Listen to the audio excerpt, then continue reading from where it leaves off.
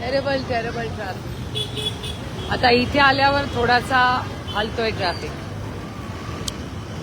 अतिशय माझी प्रशासनाला विनंती आहे की तुम्ही प्लीज पुण्याच्या ट्रॅफिकचं काहीतरी करा. तासन तास आम्ही सगळेच नागरिक त्याच्यात अडकले असतो. त्यामुळे प्लीज काहीतरी मार्ग काढा. पेट्रोल डिझेल ही वाया जातं, वेळही वाया जाते आणि आपली हवाही त्याच्यामुळे दूषित होते. नमस्ते नमस्ते. काय करणार, एवढा ट्रॅफिक होता, गाडी सोडली मी. प्रचंड ट्रॅफिक हो, 1.5 तास मी गाडीत बसले.